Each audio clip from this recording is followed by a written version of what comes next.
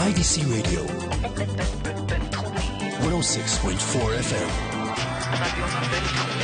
IDC Radio 106.4 FM in collaboration with Kol Israel.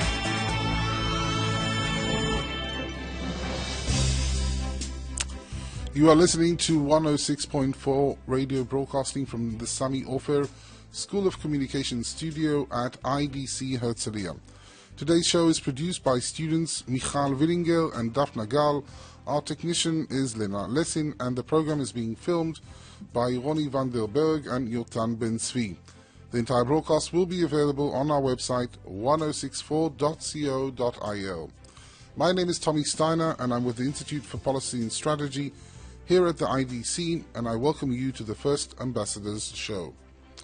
Today I'll be hosting Ambassador Benedikt Frankinet of Belgium and Ambassador Tomáš Pojar of the Czech Republic, who have kindly agreed to share with us their perspectives, their country's perspective on what is currently happening here in Israel and in the region, Europe's role on the world stage, and what's in store for European-Israeli relations.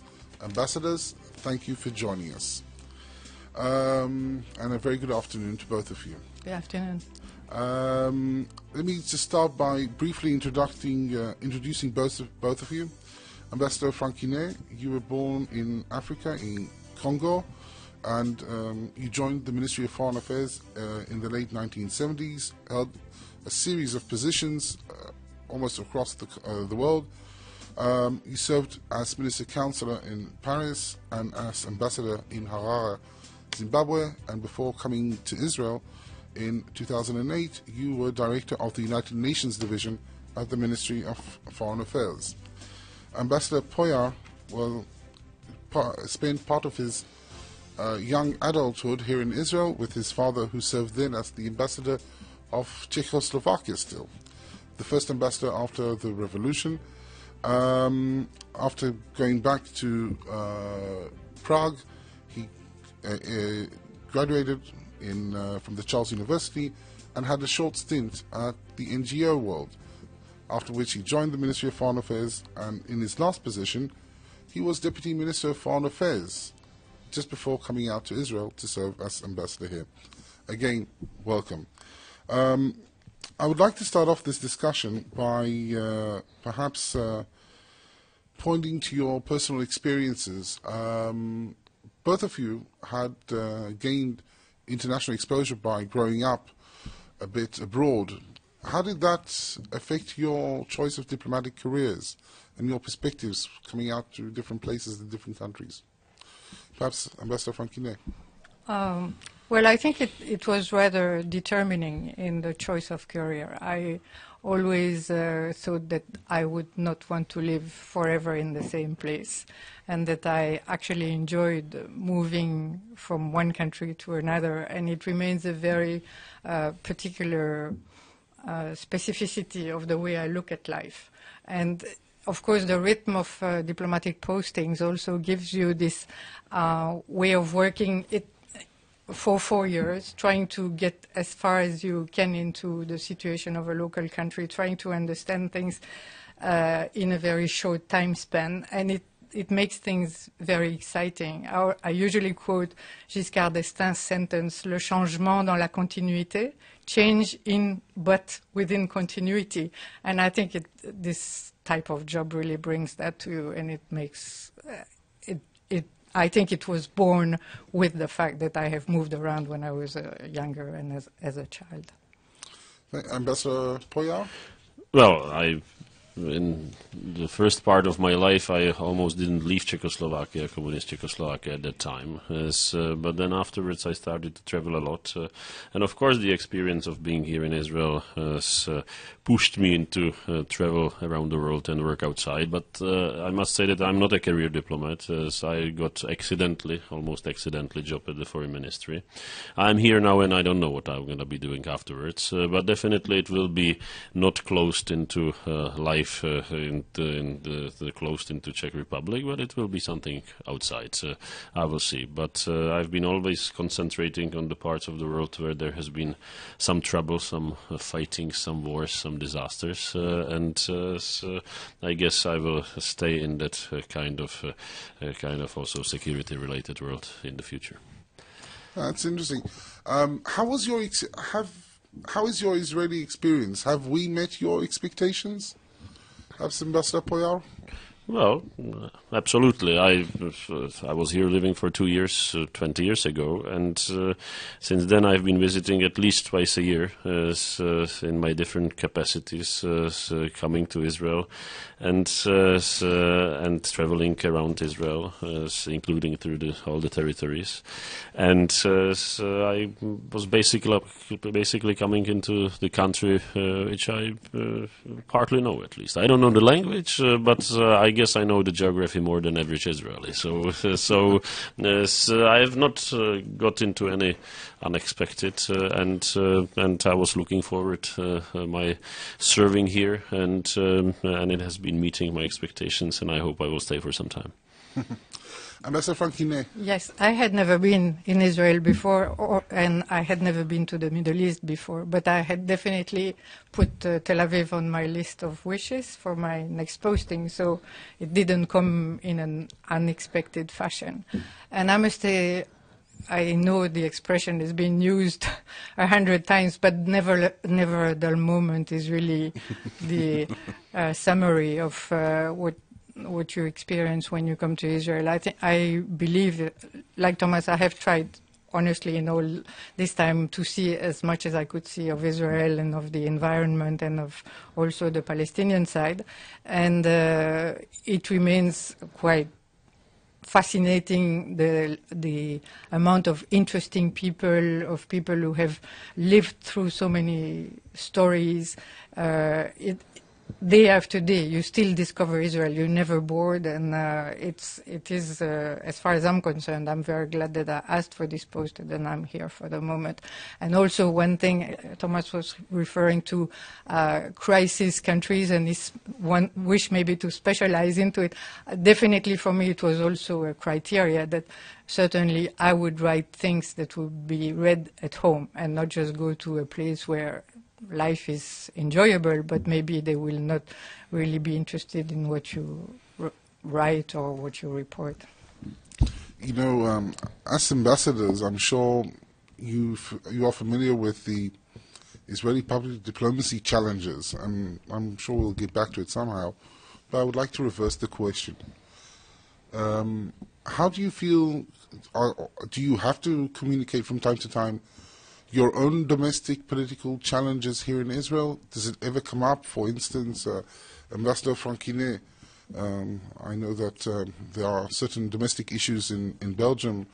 I believe you have a caretaker government for more than a year. There are internal divisions in Belgium. Do these issues come up here when you serve here as ambassador? To be very frank, not much. I've been following what is written about Belgium in the Israeli press, and it's usually quite correct, in a way quite upbeat. I'm sometimes surprised. There was, I don't know if you saw that article in the Jerusalem Post entitled "Should the Whole World Be Like Belgium?" and taking a rather upbeat look on the complicated political situation in Belgium. But I have not, for instance, received any direct questions about it. And in the Ministry of Foreign Affairs, of course, we are asked, but we answer what probably they already know through their embassy in Belgium. I would say the segment of society here in Israel that's most interested are, of course, people of Belgian origin, and who are still trying to follow what is going on. And for this, usually, I tend to explain more the background and the reasons why it's so complicated. Of course, I don't have a crystal ball, and I cannot explain to people what will be the final political solution to the present situation. Thank you. You yourself had a few challenges over the past few years. You You were Deputy Foreign Minister when you faced yourself with the caretaker government also in the midst of presidency. Well, I must say that I must confirm what Benedict has been saying. There is zero interest in in Israel about the situation in Czech Republic. Which is very interesting, by the way, which is always interesting. Which is very good also, I think. It's just because it's usually you are interested into something which is troublesome. So it's good that there is not that much interest.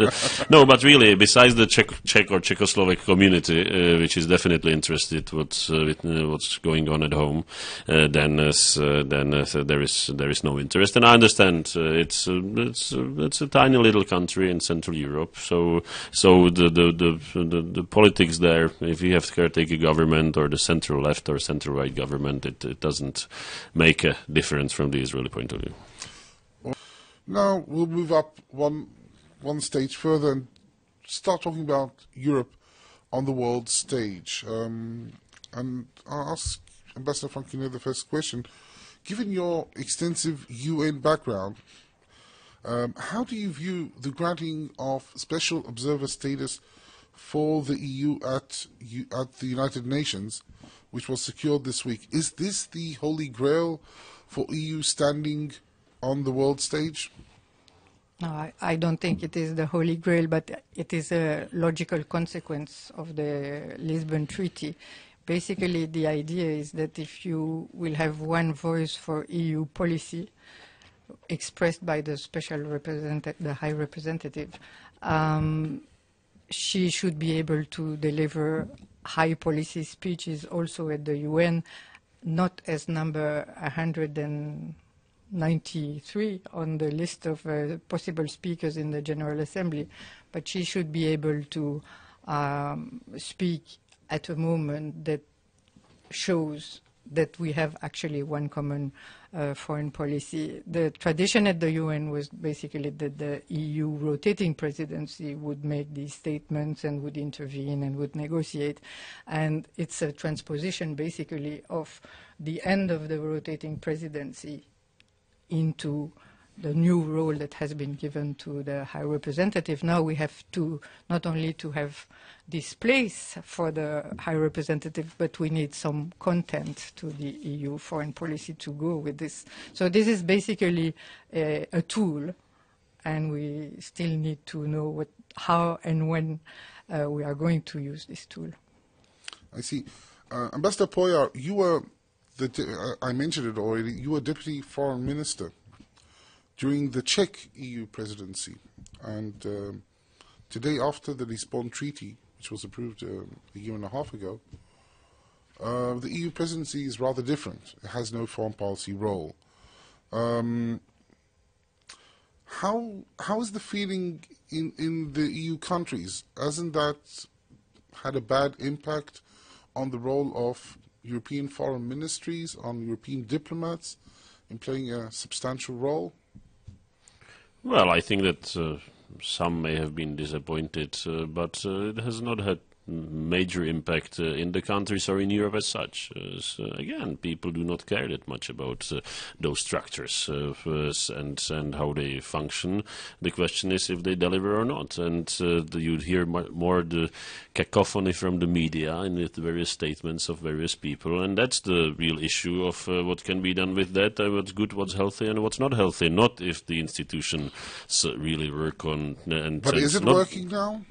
Is this new structure of bilateral countries part of overall structure, and the overall structure is trying to... It depends what you expect. So if you expect that it would be like one unified, strong voice, it's not working like that, because it cannot work like that. It may work like that in the future, but it's simply still 27 countries, some with different views, and someone wants to have it more united, some people in some countries want to have it less, but it depends on the expectations. I think that we are fine, but we should not expect that by creating an institution, something will be really upgraded. It really depends on the content. And the content, there is no unified, strong view and consensus on the content on many issues. So, and I'll put it to you, Ambassador Frankiner, are you happy with this? I think it's work in progress. Basically, we have started from a certain situation, and the Lisbon Treaty has created, as I was saying, instruments to change this situation.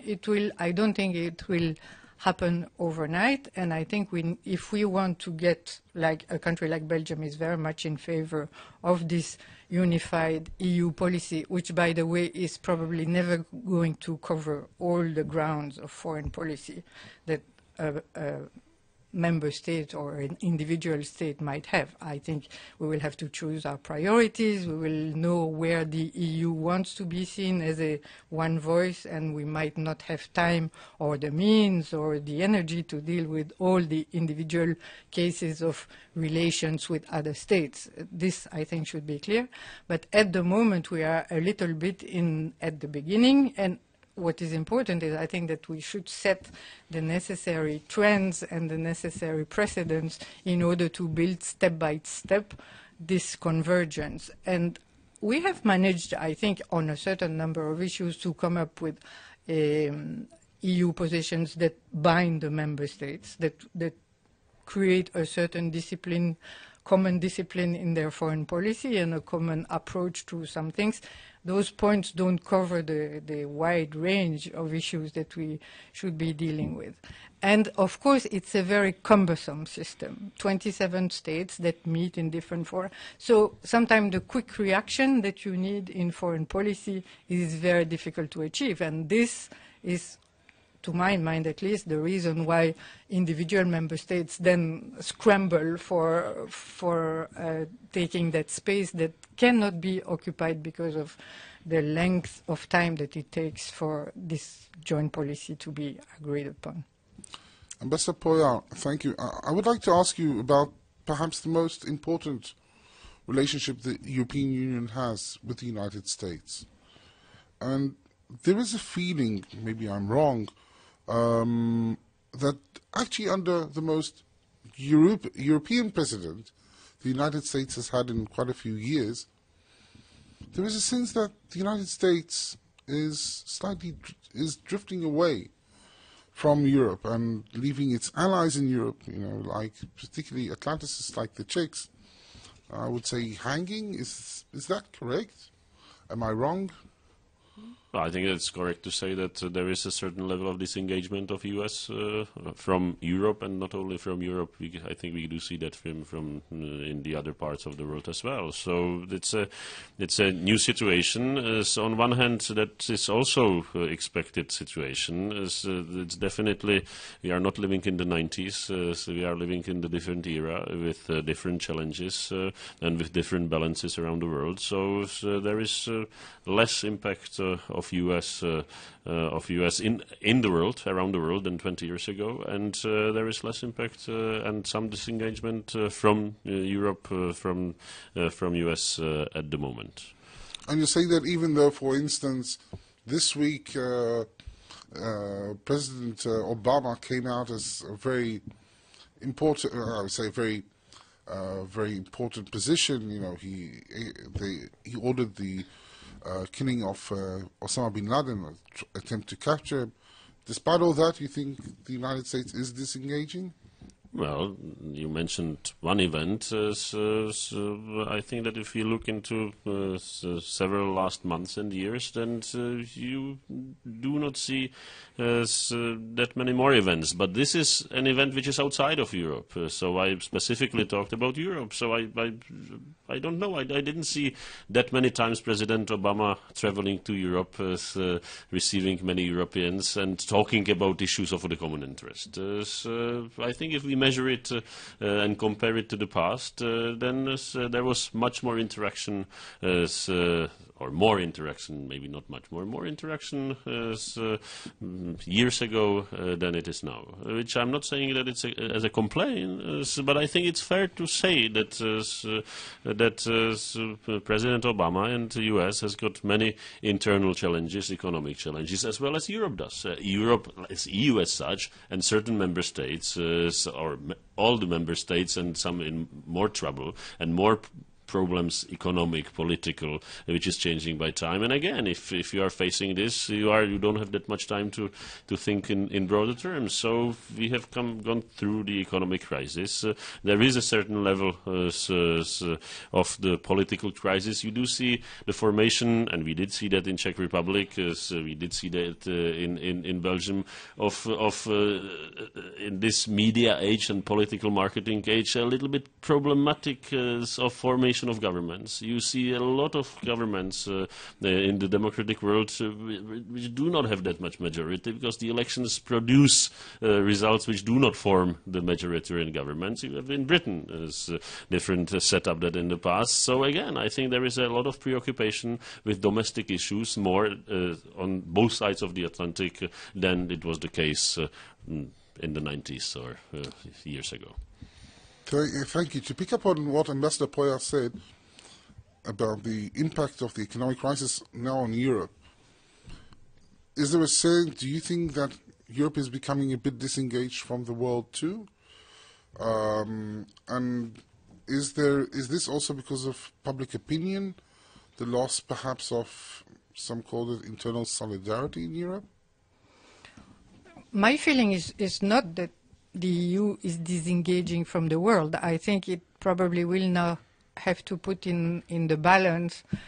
It takes a lot to take care of the world today. You need resources, and you need to defend those resources in front of your parliaments, and of course you will have priorities, and internal priorities will be weighing very heavily in the balance. And the American perceived disengagement is part of that too. I mean, if you have to deal with the European neighborhood as it looks today, especially on the southern Mediterranean, with a clear message from Washington that they are not going to be in the front line, it means that most of the, whether it's military, political, economic effort to stabilize the region will have to come from countries like the European countries. So that's going to be, and in between we have seen it, the financial and economic crises are not resolved yet.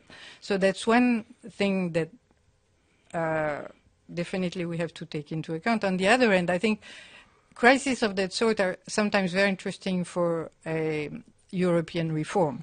I think the way, although there has been a lot of comments about the fact that maybe this solidarity was not always there, or not maybe at the right moment, and that we were too slow in helping some of the countries that were in crisis, still the level of discussion that has taken place among European instances on if we don't do it together, we will sink, and on talking about things that were almost not possible to discuss before. That is a very much stronger discipline on the way each country runs its own budget and economy, on financial flows, on taxation, things that were a little bit taboo and considered to belong more to the national sovereignty. This has been put on the table. Again, it's another work in progress, but definitely I think at least at that level, Europe will come out with more instruments of coherence and cohesion than we had before the crisis.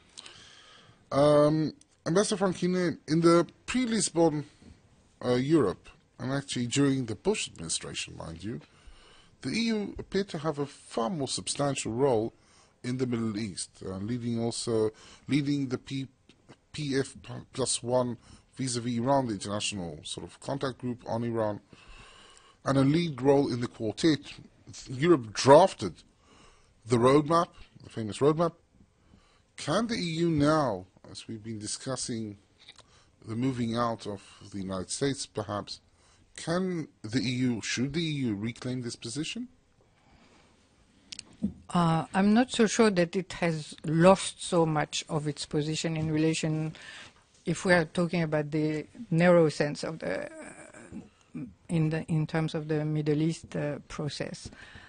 And I think it's very much Europe's ambition to be active, not only in terms of contributing to the construction of the Palestinian state in terms of monies, but to be also a political voice and to contribute to a solution of the Israeli-Palestinian conflict and of the broader regional conflict of Israel with its neighbors. Again, I think it's one of the dossiers where the EU has actually made progress. There are definitely substantial common conclusions of the EU on a certain number of items that explain very clearly a common position of the EU on some of the issues that need to be dealt with in order to arrive at a final status solution. The EU is still a very active member of the Quartet, and it certainly is aspiring, I think, to remain very active. Of course, it's not the only member of the Quartet. It has to deal with its other partners, including with the Americans. And I think this ambition is still very much there.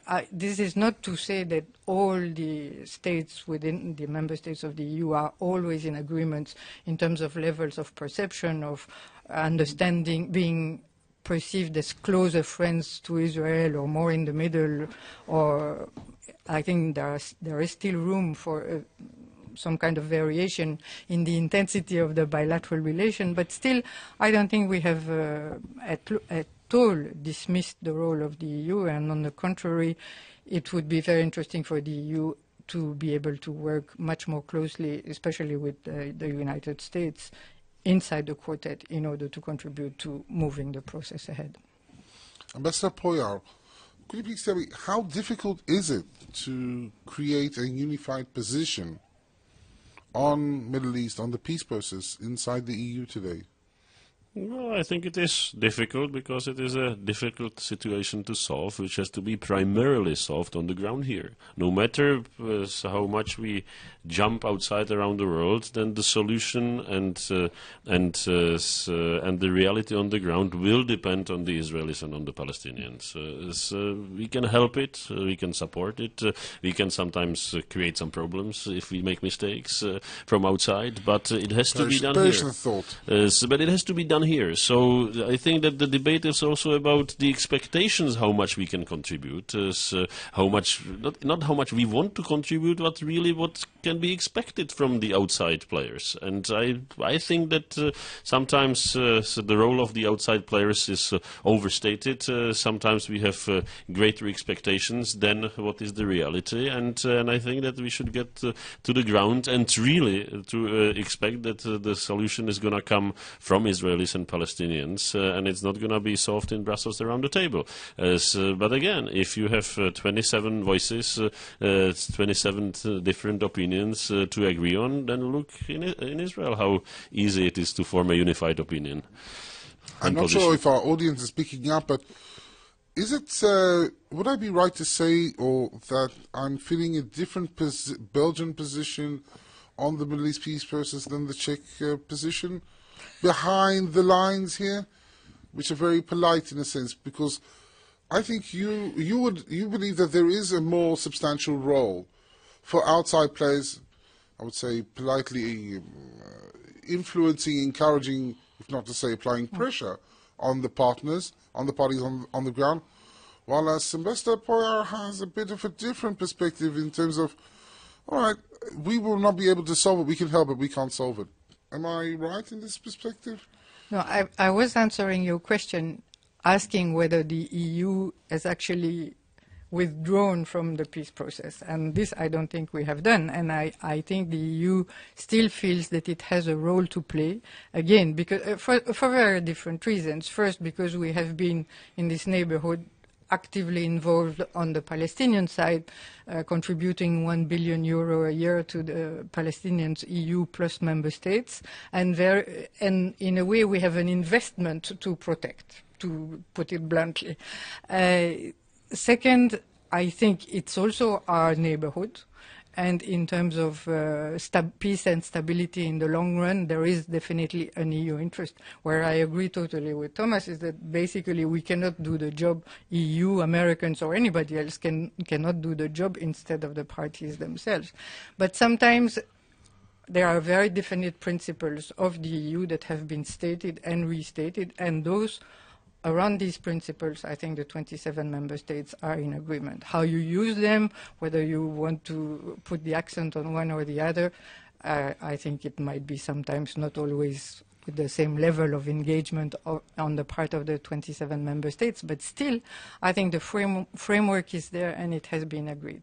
But again, without the full participation, cooperation, and engagement of parties themselves, I think it's very obvious that we will not get anywhere.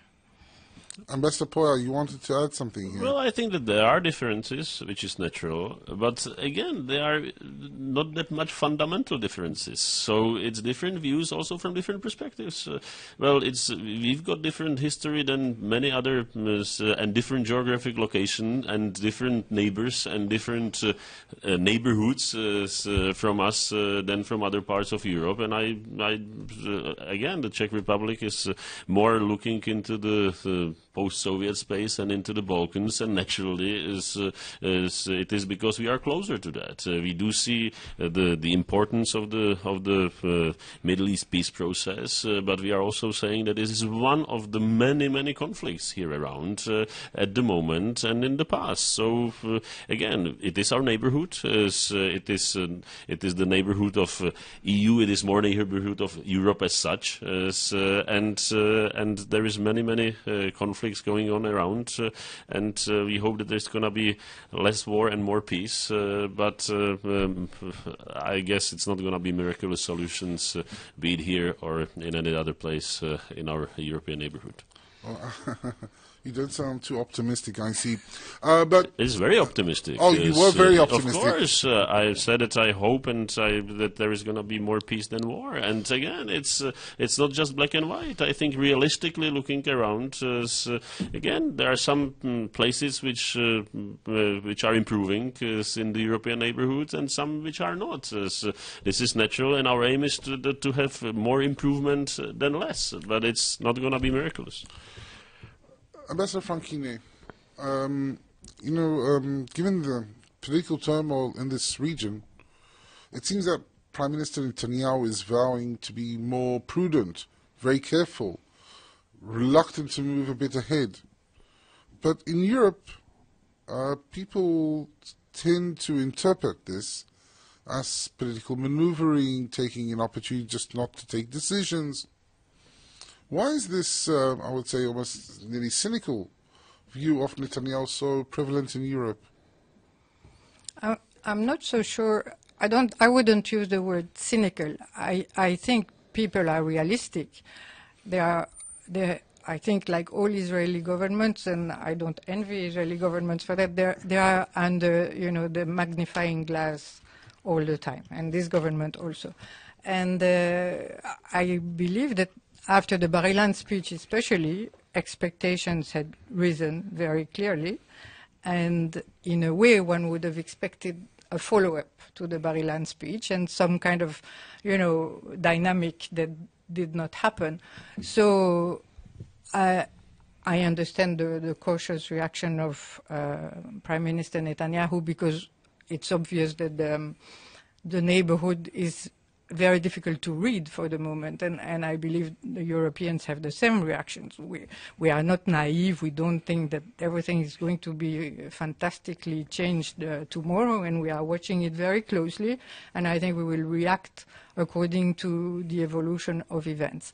But honestly, I believe that we have not heard so much of a vision for this country and for the way Israel intends to solve or adapt to solve the Israeli-Palestinian conflict or adapt to the changing neighborhood. And I think this is what, honestly, is what is lacking, is that we don't get, in spite of all the difficulties, I think it's very difficult to understand where the Prime Minister intends to go.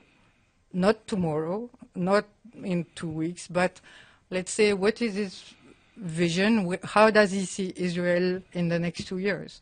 And how does he intend to bring it there? Thank you. And I want to follow up on what Ambassador Frankine just said. She mentioned the Bar-Ilan speech and some sort of unclarity concerning the strategic direction of Prime Minister Netanyahu. And he's up for a speech later this month in Washington, D.C. Now, since you've been part of writing speeches for the past few years quite a lot, I will ask you, what would you recommend privately, in your personal capacity, so to speak, what would you recommend the Prime Minister to say later this month in Washington, D.C.? Well, what would you expect him to say? Well, I would expect him to give a realistic speech and with respect to what should be happening and where there should be a movement and some movement in the next months to come. And that's it. I really do not know. If I were, hypothetically, Israeli Prime Minister at the moment, I don't know what I would do. I don't know. It's difficult. And by the way, I'm at the moment much more worried how is the situation going to evolve in Iran, in Syria, and in other places than here in Israel for the time being, or in the territories. So there are many more worrying places around the world than it is the Middle East peace process. So again, it should not be frozen. It should be moving, because the movement, it's delicate, but if it's frozen, it can more easily explode. I believe that there should be some activity and some action. But again, it's not the center of the world for me at the moment, looking around the real challenges for our security, for our prosperity, and for the situation in the world and in the neighborhood of EU or of Europe as such, if you wish. Despite what Ambassador Frankine, you said just before the break, that there are other issues on the table and so forth, and other crises in the region, it seems when it comes to the bilateral relations between the EU and Israel, the Middle East peace process is the sole barometer of this relationship. Why is it so? And I'm sure you had some experience with this in the run-up to your presidency. Why is this the situation? Can it be changed, or are we doomed to have this relationship held nearly hostage by the peace process?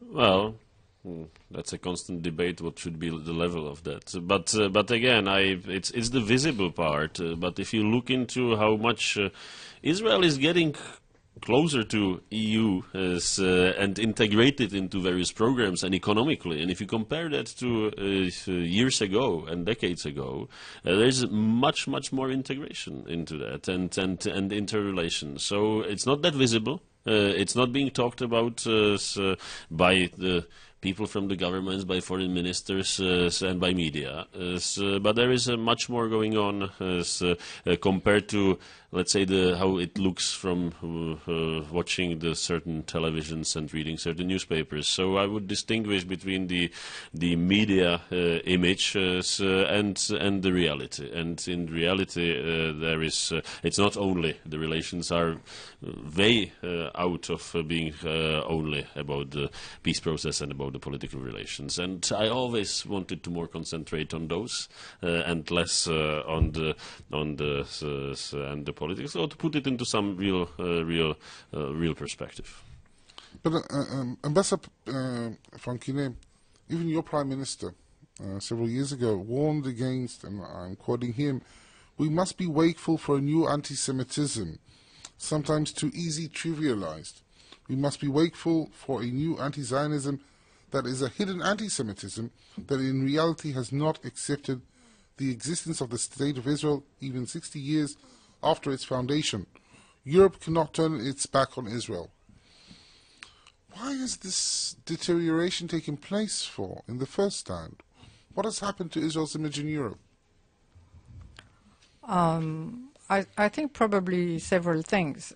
First, definitely, I tend to feel a big frustration, not only and not mainly with European governments, but with European public opinions, with this seemingly unending conflict situation.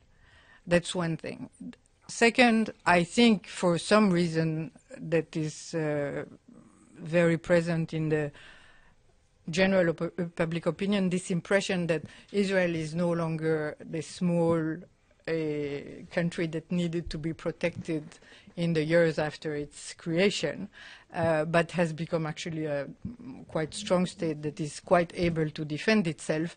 And this perception of the Palestinians as people who need to be assisted, who should be receiving humanitarian assistance, compassion, and that's a very common trend in European public opinions, and you will see it in the debates in the European Parliament. It's the same type of reaction that people have towards Israel. So I believe that this is a trend that's very much present and that we need to take into consideration. It does not take away the things that we have asked Israel to do, which is to respect international law.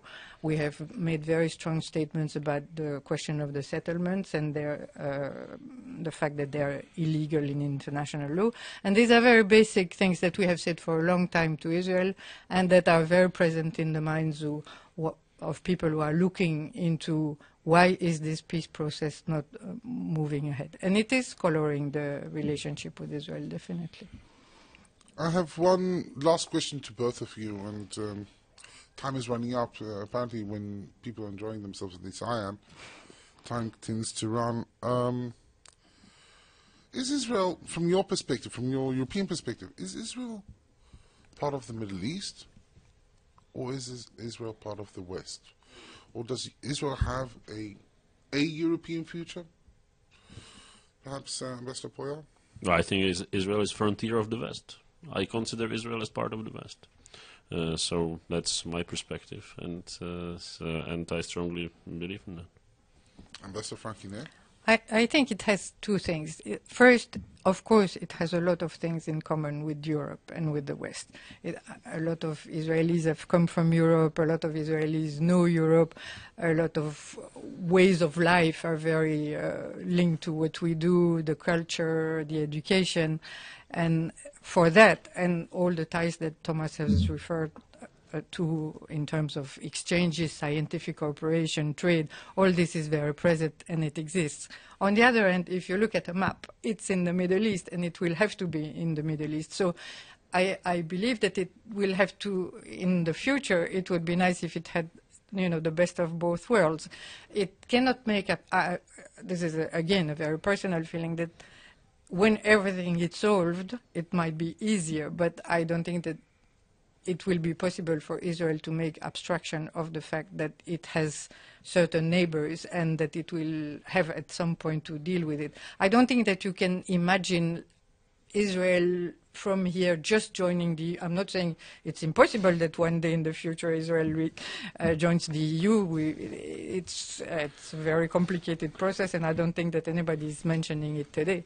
But I think it is, yes, it is both. It is very European, but it's definitely part of the Middle East. Oh, well, interesting perspectives. I want to thank you both, Ambassador Frankinet, Ambassador Poyar.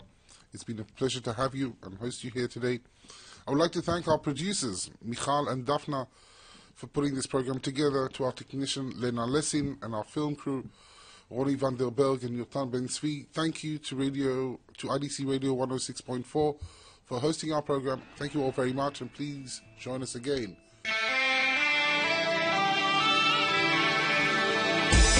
הרדיו הבינתחומי 106.4 FM 106.4 FM